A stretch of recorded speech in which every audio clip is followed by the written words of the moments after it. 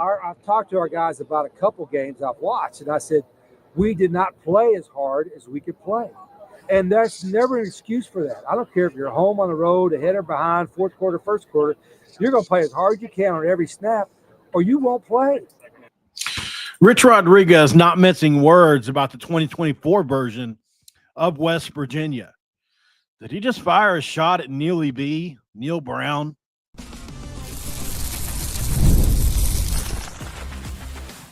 You are Locked On West Virginia, your daily podcast on the West Virginia Mountaineers, part of the Locked On Podcast Network, your team every day.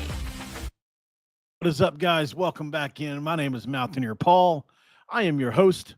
Welcome back to the Locked On West Virginia, baby, where we're talking about the West Virginia Mountaineers, of course, as we dive into some statements made by Rich Rodriguez. Also coming up on the show, Olly Luck is back at West Virginia. I'm going to tell you exactly why that's a really big deal, as he is a part of the Board of Governors yet again. Rich Rodriguez gaining more power. It's going to be fun. Also, I want to talk about some of the things that were said at Media Days about the three guys. Did Rich Rod give us a little bit of a hint as to Landon Livingston's job status? I think he kind of went into that. Maybe it was coach speak, maybe it wasn't. We'll speculate, though, because I'm interested in it. Does Landon have that center job locked up? Maybe he does. Maybe he does. I don't know. You guys can tell me what you think. This is from Golden Blue Nation, I believe. I'm going to give them full credit. Let me make sure this is them. Golden Blue Nation. So I'm going to go ahead and subscribe to their YouTube channel right here. Make sure you do that as well. They're good people over there. They've let me use their stuff before. So we're going to listen to a couple clips from Rich Rodriguez. We're going to go back and listen to the first clip again, and then try to dive into what games do we think he's talking about? Because I tried to think about, okay, he pointed out a couple specific games that West Virginia didn't look like they played hard enough in, didn't have a hard enough edge in. Type in the comments right now. Let me know which games you think Rich Rod, just speculate a little. What games do you think Rich Rodriguez is talking about here regarding Neal Brown and company? Let's go back. A bunch of times you could sit in the stands and maybe not understand X's and O's, but you could tell guys playing hard. And there were times, and I didn't do a lot of review of last year because last year was last year, but I've talked to our guys about a couple games I've watched, and I said, we did not play as hard as we could play. And that's never an excuse for that. I don't care if you're home on the road, ahead or behind, fourth quarter, first quarter, you're going to play as hard as you can on every snap, or you won't play. And we didn't do that at times. And that's got to change immediately. So that's a direct shot. I mean, look, you can look at it how you want to, spin it how you want to, whatever you want to do. That's a direct shot at not just Neal Brown, the entire coaching staff, right, from last year. And maybe that's a reason, right? It's hard to put an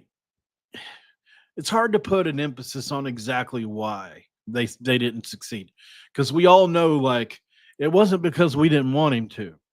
Like, if we had it our way, I mean, look, I am glad Rich Rodriguez is here.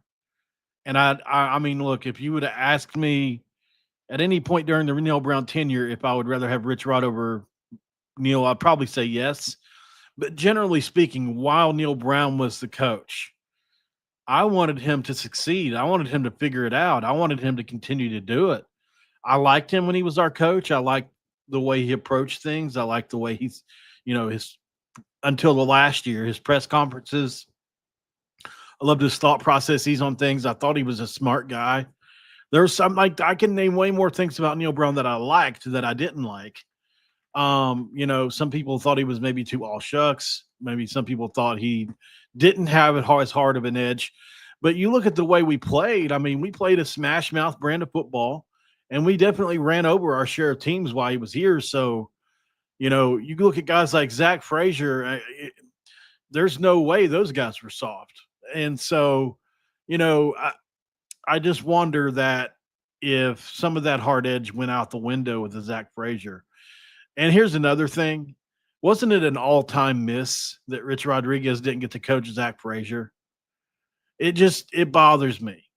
Or Wyatt Milam, or Doug Nestor, really, for that matter, but especially Zach. I think, Zach, if you had to make a list of the hardest edged players ever in the history of our program, it'd be a tough list to make. You'd have to go back to the 80s for sure and look at some of those guys.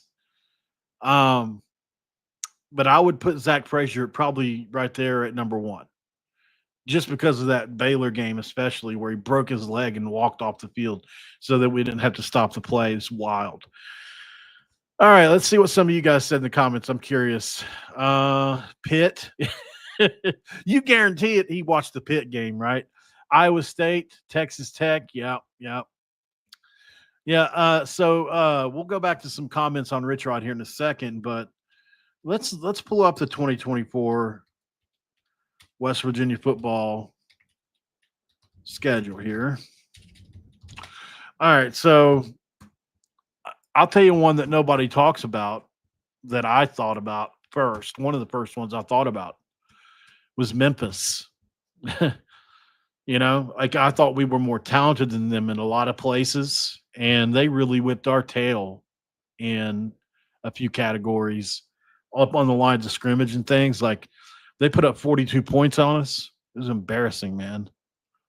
That's a group of 5 school. I don't care. We should never lose to a group of 5 school, in my opinion. It happens. It's going to happen. But it didn't happen at a Richrod. That's for sure, except maybe once or East Carolina, maybe. I don't have to go back and look, but it happens to everybody. But under Neal, it was like, you just never know. So obviously, the Penn State game, first game of the year, stands out as a game where maybe that's the case. I think they were just more talented. They went to the playoff. So at the end of the day, they were just better. But, effort on the field, I think, was there too, because it was the first game of the year. My personal opinion, I don't think this one's a effort game as much as some of the others. Moving on to Albany, we were just better. And then the Pitt game, I'm not going to say, I don't know. You think Pitt, really? I mean, maybe in the fourth quarter, for sure. Maybe second half, fourth quarter. First half, though, definitely not. We were up 10 points with a few minutes to go in that game.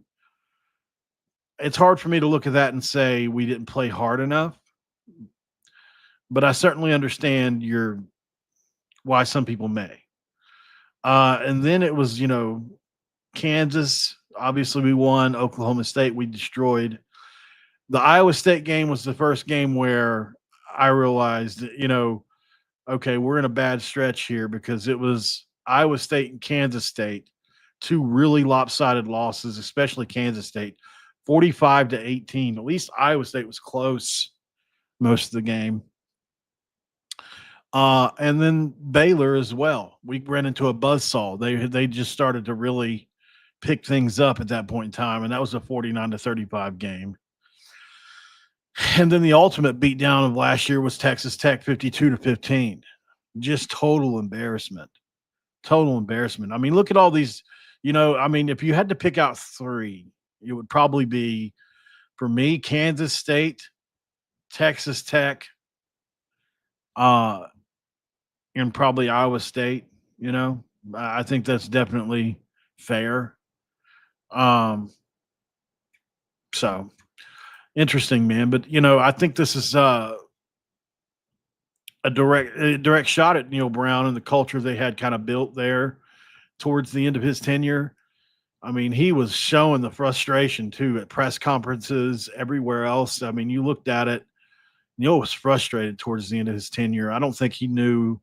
You ever been in a situation where I just don't know what to do? Like, I don't know what the answer is. I don't know how to fix this. I think that's where he was at. I think he was just in over his head a little bit at the end. And I'm honestly shocked that there was any conversation about him staying, but that was apparently – we beat Memphis. He's probably still our coach, y'all, whether you like it or not. Now with revenue share, it would have been interesting to see with rev share what Neal could have done, because we were able to front load a lot of that money. It's just why Richrod was able to go out and get so many guys in the portal. We wouldn't have lost anywhere as many guys, probably by a factor of at least half, right? I would say we probably only would have added 20 or 30 new guys rather than 60 or 70. We would have kept all the guys that left, most likely. That's one thing that just didn't happen under Neal once we were able to start paying guys. We lose one or two here and there. But like the first couple years when we were blindsided, when Winston Wright Jr. and all those guys left, like, yeah, okay, that happened. But, the last few years, like we were able to keep Zach Frazier. We were able to keep Wyatt Milam. We were able to keep lots of guys. We were able to keep Josiah Trotter, even after, most people would consider that freshman season to be washed. But, I mean, we thought he could be, I don't know. Or, no, I'm sorry. It was Trey Lathan. So we were able to keep some guys. I'm curious to know what would have happened because, I don't know if a lot of people know this, but we front-loaded our NIL to a certain extent. I don't know how much of it, but once the ruling actually went into place, a lot of teams were able to do that, which is how, like, you see Iowa basketball. They were able to spend $6-7 million or what it was, $8 million in basketball. That's because they, and we always heard they were in debt and all that, and that's because they front loaded their NIL. Anyways, I just found this to be interesting. I thought it was worth a headline. I struggled on this one because I think the Oliver Luck story we're about to talk about here in a minute is just as big a deal. But let's listen to some more Richrod comments really quick before we roll out. And a lot of the fans drive 2 hours to come to the game. Or more. Yeah. And if you don't give the effort, they got to think about that the whole way home. And it is important. I tell our fans cry when we win. They cry when they lose. It's emotional. But it's also personal for me. I mean, I was that way as a player, and I was that way when I was a coach there. And have I mellowed a little bit? I don't know. These guys will probably tell you not. But I just like winning. Freshman. So you didn't go when Danny Bugs played. Have a good old time. So, yeah. I think I'm going to. Last couple of years, too. Big season tickets, Answer some questions and be up front with them. And I was looking for the Neal for the. That's why I said I was looking for the comments he made on Livingston and those guys. Go back home and finish my. Maybe it's in the beginning. Virginia for a while, so they understand that part. So I'm glad they're here. I think they've done well. Yeah, it's the beginning. And guys that I think, we don't know, but I think are going to play big roles. I mean, Landon's going to play a key role at center. Eddie was hurt most last year. He's going to be a key cog on defense. Jaden had a great spring. He could be one of our top wideouts. So, and they went through spring ball, and they've also been here at West Virginia for a while. So I wanted to touch on that just for a second. It could be coach speak because they were there for sure. I'm not saying it's not, but I'm going to go out on a limb and say I think Livingston's probably going to play center. I love Carson Lee, had him on the show. But I just think that maybe Livingston's going to get the first crack at it unless when they put the pads on in fall camp, I think Carson's going to have every chance to disprove that. And maybe he will. Let's go to break. On the other side, what we're going to do is Oliver Luck returns to West Virginia in some capacity. Pretty good stuff. What does it mean for the West Virginia football program? We talk about that next on Locked On West Virginia.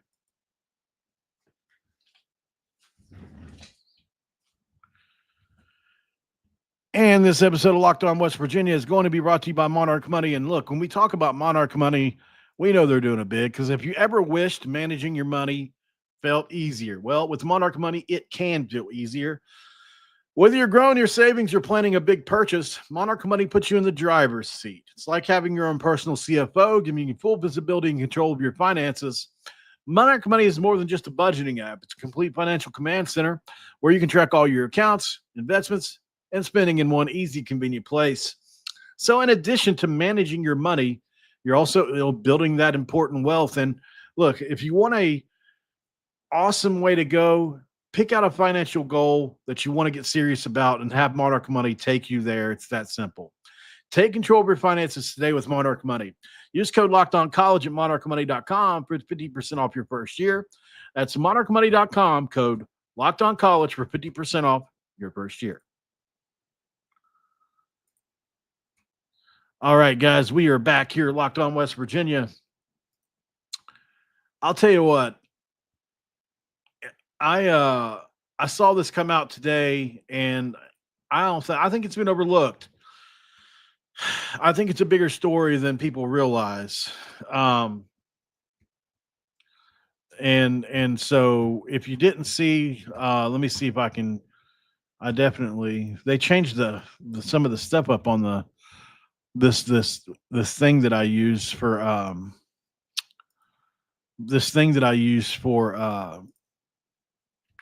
the app that I use to stream with is called StreamYard, and they've changed the format literally. Like some of the buttons and stuff, they're named differently now. Okay, so this dude right here is funny. This is totally off. Like this is totally off football. This isn't even football. If you've ever heard of Local Man Weather, he's hilarious. Nice Dude. shot. It's a clear, sunny day here. He's always talking about everybody getting pounded by different weather phenomena. They're just going to get pounded. Okay, so this is the original thumbnail that I had. Look who's back. Maybe I should have kept it. I don't know. I may regret it. We'll see. But by the way, first podcast is up with Olivia. Go check that out. We're already doing really good. We had a couple hundred views in the very first episode here. It's about Olivia. If you haven't heard the story of her story yet with the Not Dead podcast, Not Dead Yet podcast, we talk about her abusive relationships in there. Really good job. But I know I'm off. I know I'm rambling. Sorry. Jeff Jenkins posted just earlier. See if I can find it. A couple hours ago, I know.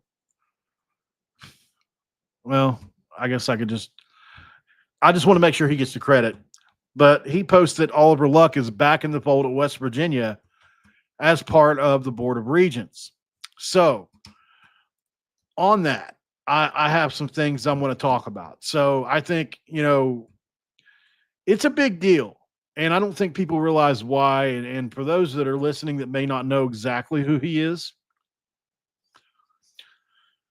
if you're a Mountaineer fan, you know this guy's a legend. He basically, if we go back to the beginning, he was West Virginia starting quarterback from 79 to 81, a 3-year starter, led us to the Peach Bowl there in 81. He set records for career touchdown passes at the time of 43, passing yards. He had almost 6,000, which ranks 4th all time. Then he went on to play with the Oilers and a bunch of other teams in the NFL. He's one of our most recognizable, and what he's done beyond football is probably top 50 all time in college. Like what he was NFL Europe. I mean, he's done everything. He's been the XFL commissioner. He's done so much in the space of college football in itself. He's been our athletic director, if you didn't know that. But I know some of you guys are a little younger. Maybe you don't remember or were young when he was the athletic director here about a decade ago. But it's not just his playing days. Obviously, from 10 to 14, 2010 to 2014, he was our athletic director. And I think he was pretty good for the most part. He pulled off one of the biggest moves in West Virginia history, getting us into the Big 12 Conference. I mean, the Big East was crumbling, right? We knew it. And he secured our spot in a Power 5 conference. A lot of people will look over that whenever they consider Oliver Luck's tenure. I don't. He also brought in a lot of TV revenue. We're talking about $34 million a year for the Big 12 spot at the time, which is pretty good, right? He was a big part of the negotiations of that. It was us and TCU. That was it. He also locked in an $86 million media deal with IMG and $106 million in facility upgrades, which we enjoy today. So the new WVU football team room or over at Mile Pushkar Stadium. So he delivers in a lot of ways, I think. And, it's not just West Virginia. He's been a big player nationally. If you look at an NCAA executive, XFL CEO, College Football Playoff Committee, selection member, even a consultant for the Big 12 in 2021 when they were thinking about hiring Yormark.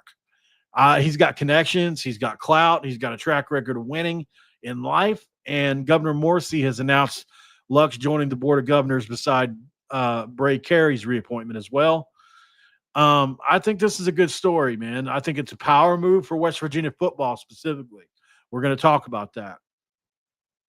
So, obviously, football is life in Morgantown and West Virginia in general. It's the engine that powers everything. It brings in the big bucks. It's all about the sponsorships, the TV deals, you name it.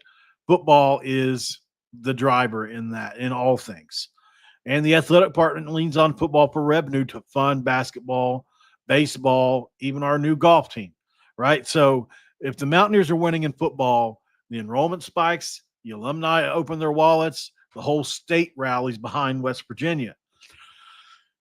So, I think in the Big 12, football is still king, even though there's a lot of great basketball. I still think overall, most teams that win in basketball would still rather win in football, whether that's K-State, even Baylor, I think, would rather win in football. Most would. Only Kansas and a few others, I think, are true basketball schools in this conference.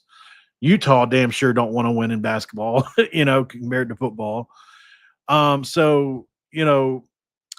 I think Oliver Luck's role in the Board of Governors is a big deal because it's not just about academics, right? They control the university budget.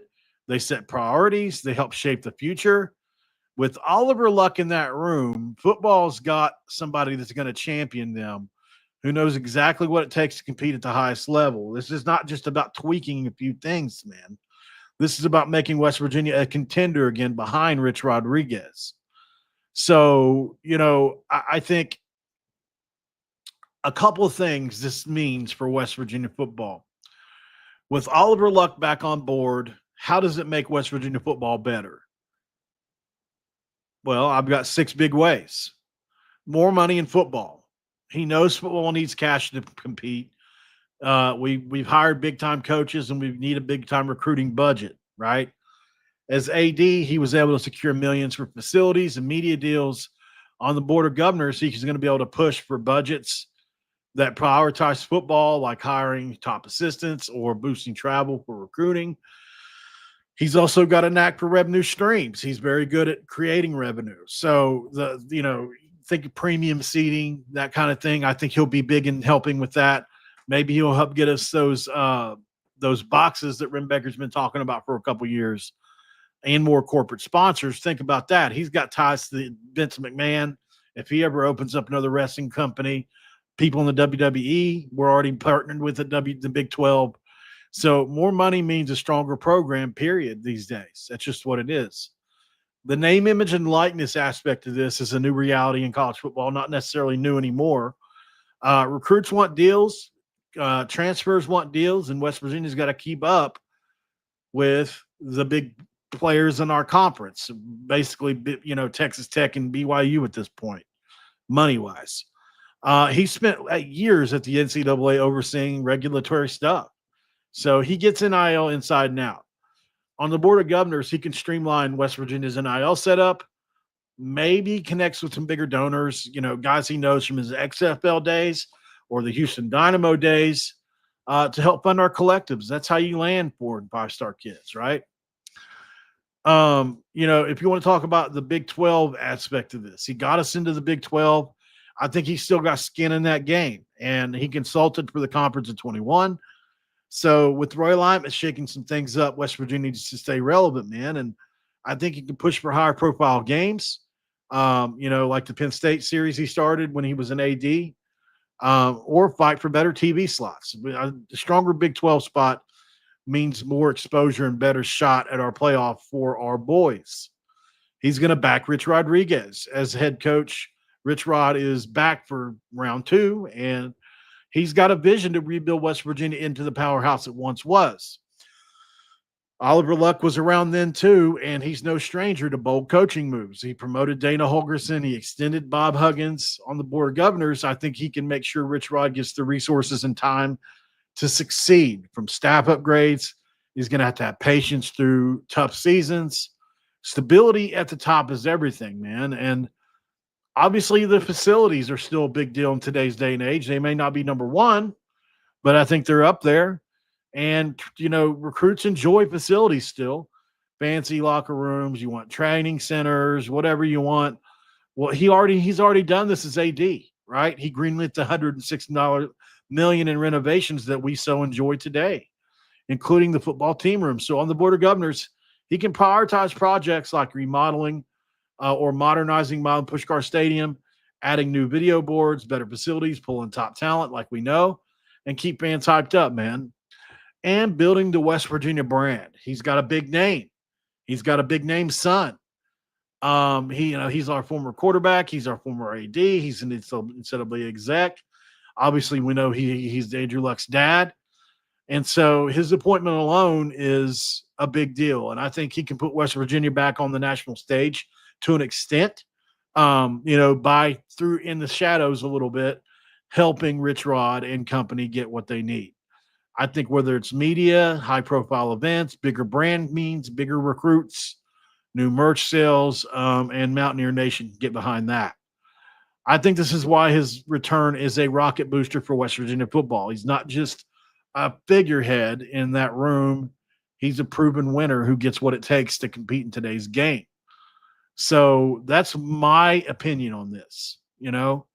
I think that Olly Luck is vastly underrated as far as when it comes to his overall experience and things that he is good at, right? He's very good at being an advisor. He's very good at setting things up. He's very good at managing money and getting money and pulling things in. So, and like I said, this is a football move. Let's not mince words. Governor Morrissey knows what he's doing. There's a reason Luck was brought in. It's because football needs to be number one, not just because most of us want it to be. It needs to be number one. Otherwise, we're in bad shape. We might only have 3 or 4 years to prove that we deserve to be in a 60, 70 team conference or something, right? Like that's a legitimate possibility. I feel like if we don't start winning now, we're going to be an afterthought when that time comes, if it comes. Maybe it's, because with the way things are going now with Campbell, Texas Tech on board, maybe things go back to a more fair slate where all teams are considered. But I still fear and cower of the day that West Virginia gets left out of the Power Four or whatever you want to call it. It's top 60 or whatever. It's literally one of my biggest fears. So, we need people like Olly Luck in tow to help us continue to drive our bus the right direction. And the only way to do that is to raise money and support football. And basketball and everything else can still win too. Not saying this is bad for basketball. I'm just saying it's good for football. They're not, one doesn't necessarily have to mean the other. Somebody asked me that earlier. I called them to ask their opinion on it. I said, hey, Olly Luck's back. I think this is going to be great for football. And their immediate thing was like, but what about basketball? Well, it doesn't mean basketball can't succeed too. It just means that football will. That's all I'm saying. Let's go to break. Come back. Give me my opinion on the 3 guys that went to media days, and then we'll kick it off here because I think that was a pretty big deal too.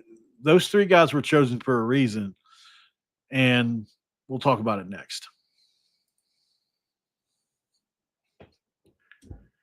It's segment 3, and I've got a diet green tea. I had to get that in, guys. Had to get that in. So let's crack a diet green tea as we discuss the 3 guys that went to media days. Richrod talked about him a little bit, didn't he? Then in Livingston, Eddie V and Jaden Bray. Let me know in the comments below. By the way, only 23 likes on the video. There's 300 people watching this. You guys can do a little better than that, can't you? I would appreciate it if you could. If you're watching this over on X, hit the like button on X. drop a comment below, whether that's on my profile or whether under the video. Share the video out, please, as well. I would appreciate that. Before I get into this thing about these players, just so you guys know, it's down to I've been packing. I leave Monday on the drive to Utah, and I've got one hell of a trip planned. I don't know if I've shown you guys all this yet. I think I did, but I want to show you guys again. This is everything that they have for me on the trip to Provo, Utah. This is what I'm doing. Starting from the 16th, we've got literally 4 or 5 things a day going on here where, like the first day we're going to Sundance Film Festival. We're going to the Wizard of Oz dinner. We got Top Golf. We got the BYU facilities tour, and then my interview with Kalani Sataki. So there's a ton going on. And I'm extremely excited about this, but I want to make sure that I think about you guys, because I say this all the time, but this is for y'all, right? I'm making this trip literally for you guys. I get to do some cool stuff there, but this is for y'all, man. I'm making this content. I hope you guys like it. I know that not everybody really cares about BYU, but I think it'll be a cool video as a West Virginia fan to go into BYU and see what that's like down there, so that if you ever want to do it yourself, I'll have the lay of the land. Literally, I'm doing everything you can do in Provo. So make sure you tune in when that happens. And like I said, it's going to be a road trip. I'm driving to Utah, so I'm filming the entire thing all the way down. It should be a pretty cool video. It's going to take me a while to make it, but it's going to be fun when it's published. We get to represent, though. Drake and I were both invited. The only 2 in the company that got invited were 2 of the top 10 in the company when it comes to views, when it comes to everything. So, I feel extremely honored to be able to go. Drake is going to be there. I think he's going there tomorrow, or no, he gets there on Monday. So he's on the beach drinking beer right now, he told me, by the way. Drake, we're locked on Big 12. I called him earlier. I got some intel about something. By the way, I got some intel today. I know I'm rambling a little bit here. I got some intel today about Jake Retzloff. I had somebody that covers another team call him and tell me that, Retzloff is down to 2 specific teams and that he's going to stay in the Big 12. I don't want to say more because, I asked him, is this something I can report on? Is this something I can share?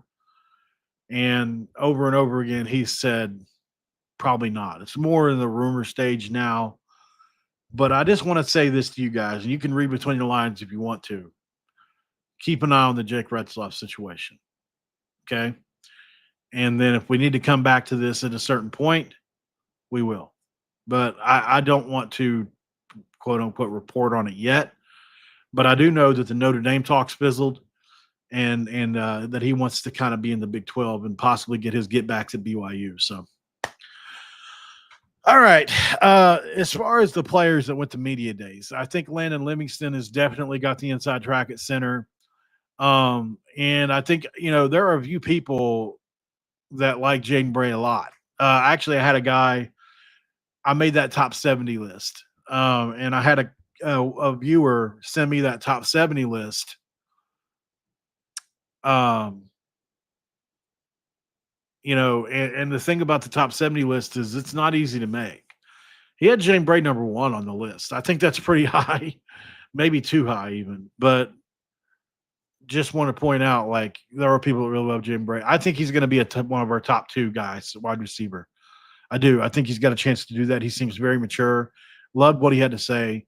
And then obviously Eddie V. Eddie V. What can you say about Eddie V? I mean, he is somebody that doesn't get enough pub, does he? I hope he has an all Big 12 year. I think he deserves it, man. He's been in our program forever. I remember when he first came in, I couldn't even believe we got a kid from there, from Europe like that. So rooting for Eddie V, but obviously he's going to start on the D line. There's no question. He's one of the only solid, he's starting kind of people on the team. So hoping that he has the kind of year that I hope he can have. Somebody made a comment. I want to address this talent wasted. Oliver Luck is here to remind us that we should go back to scheduling 2 power forwards out of conference. I don't know exactly what you mean by that. I don't know if that's negative or not, but I just want to point out a few people have said that to me today since this news came out. That was par for the course when that was going on. From 2010 to 2014, everybody was playing tough schedules. That was the only way. That was seen as the only way. That's just all there is to it. So, the thing about these schedules is you go out 10 years and schedule, right? Unfortunately, at the end of his tenure, that was still the way things were being done. So I get it. It wasn't great for us the last few years of Neal Brown. It wasn't fair to Neal Brown. But I would suggest that even these next couple years playing Tennessee and Alabama, it's almost as bad as playing 2 out-of-conference games. Really. I mean, Alabama can beat you so bad that you may as well lose 2, or even Tennessee. Tennessee's on the upward trajectory like crazy, aren't they? I mean, just think when we played them with Will Greer 10 years ago, 11 years ago, whatever it was. No, it wasn't quite that long ago. It was 8 years ago, 7 years ago. So sometimes I get my wires crossed, but I would have never thought they would. I thought they were, they had been mediocre for so long, but man, they got Heupel in there and everything changed for them, didn't it? Pretty crazy stuff. Do me a favor, guys, if you can. I'm asking a big favor here. And I don't ask for money on here. I don't get on here and ask for super chats. Nothing like that. I don't. If you could do me a favor, I'm not asking for money, but I am asking for you to please check out our new YouTube channel. We worked hard on it. It's not for everybody, and I get that. We're doing pretty good. 156 views in 2 hours is not bad. But the Not Dead Yet podcast, we have 11 subscribers, and we made our first video. We just put it out today. But it's mostly about Olivia, a girl that I've known for a long time. And if you don't mind to just go check this out, Not Dead Yet podcast on YouTube, I would really appreciate it. And I'll tell you what. Let's start the timer now. And I'll do it live on the air. Live on the air, we'll do this right now. There's 266 of you watching. We'll do this live on the air. If you have PayPal, I'll pick a winner of the subscribers right now over to that podcast. I'll pick a winner if you go subscribe right now. And we'll PayPal you over the phone right now. $20. If that's worth your time, I don't know. But if you want to go over there and subscribe to the Not Dead Yet podcast right now, there's 269 of you in here. Jump out, go subscribe, jump back in. Let me know you did it. I'll check it. I'm going to look, and it'll tell me who subscribed. If you want to jump in there and do it, I'll give you guys 5 minutes from now. When that hits 43, 44, whatever, we'll be done with it. We're done waiting, and I'll pay you guys, whoever. If you got PayPal or Cash App, whatever you got, I'll shoot you over $20. Just pick a winner. I wish I had a random way to do it, but it's not like I'm going to know who you are anyway. So, all right. So I'll hit the. Let's see. We had 11. Let's hit the refresh button. See if anybody's done it yet. Nobody's done it yet. Oh man, that might be embarrassing, huh? Nobody do it. That'd be super embarrassing. I'll tell you what I'll do. Maybe it may take a minute for that to even show up. I don't know. If this is something that maybe I should do a different way than the way I'm doing it live like this, I don't know. It's not really great for live TV. Mike, thanks for checking it out. Kevin did it. Thanks, Kevin. Appreciate it. Yeah, I put a lot into the episode. With it's definitely, it's just not updating it yet. Probably, I don't know how quickly I've never even thought about that, but I thought they updated in real time. But at the end of the day, if I look at the analytics on here, it'll probably tell me. So, but yeah, for those of you guys that are just tuning in, basically what this episode was about was Oliver Luck is back at West Virginia in a pretty large capacity in the Board of Governors. And then also Rich Rodriguez kind of called out Neal Brown today, if you didn't see, and said that the West Virginia is not playing hard enough. So, there's a lot going on there, a lot to digest. We digested it though, and take it how you will. I think for me, I'm a big believer in the way Richrod does things. I think that old school kind of thing I still think it works. I know not everybody agrees, but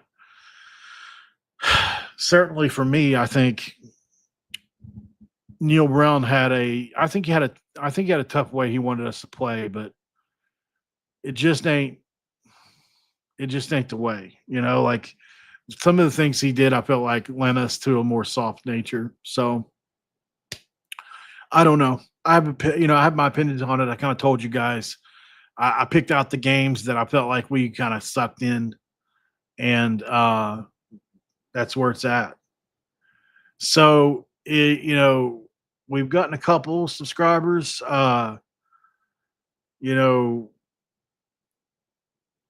If you have time, like I said, I'm giving $20 away to somebody that subscribes to the Not Dead Yet podcast over on YouTube. If you're watching this, jump over to YouTube, hit the subscribe button on Not Dead Yet. And then whenever we get to 43 or 44, we will give away $20 to somebody. So if you want to make $20 really quick, there's only been a couple people do it, only like 2 or 3. So I get it. It's not everybody's cup of tea. Just trying to gain some subscribers for the channel. It's already doing really good. It's done a couple hundred views in like 2 hours. That's not bad for the first video. So, but if you want to make a few bucks, jump over there and subscribe. Let me know you did it. Other than that, y'all, I don't have a whole bunch else to say. Tosh, I'm not joining a cult. I'm not going to go to Utah and join a cult. I promise. I'm not going to become a Mormon. So, oh God, it could happen. It could happen. Well, here's the thing, guys. Not a lot of people are subscribing, so that's okay. You know what I mean? I'm not going to take it personal. It's not everybody's cup of tea. That's fine. Not enough people not enough people really did it. So, who was the guy that said he did it earlier? Let's see. Somebody just said they just did it. Kevin Varney. If you want that $20, brother, shoot your PayPal or Cash App over to me. You're the only one. So, you know what I mean? So shoot your PayPal over to me. You know where I'm at over on at Paul Mountaineer or on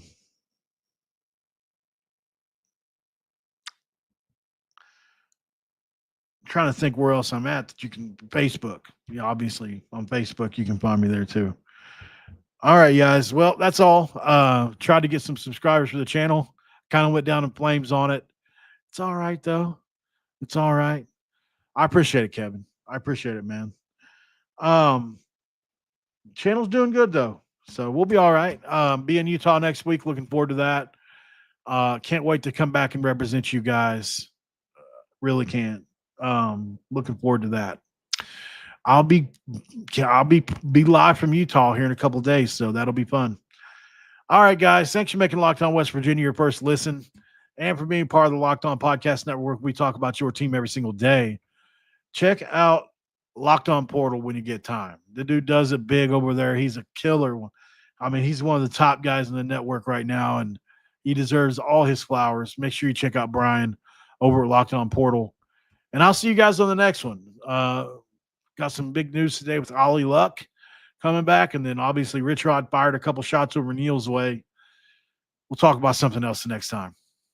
Have a great night, guys. Check out Not Dead Yet podcast, and I'm out.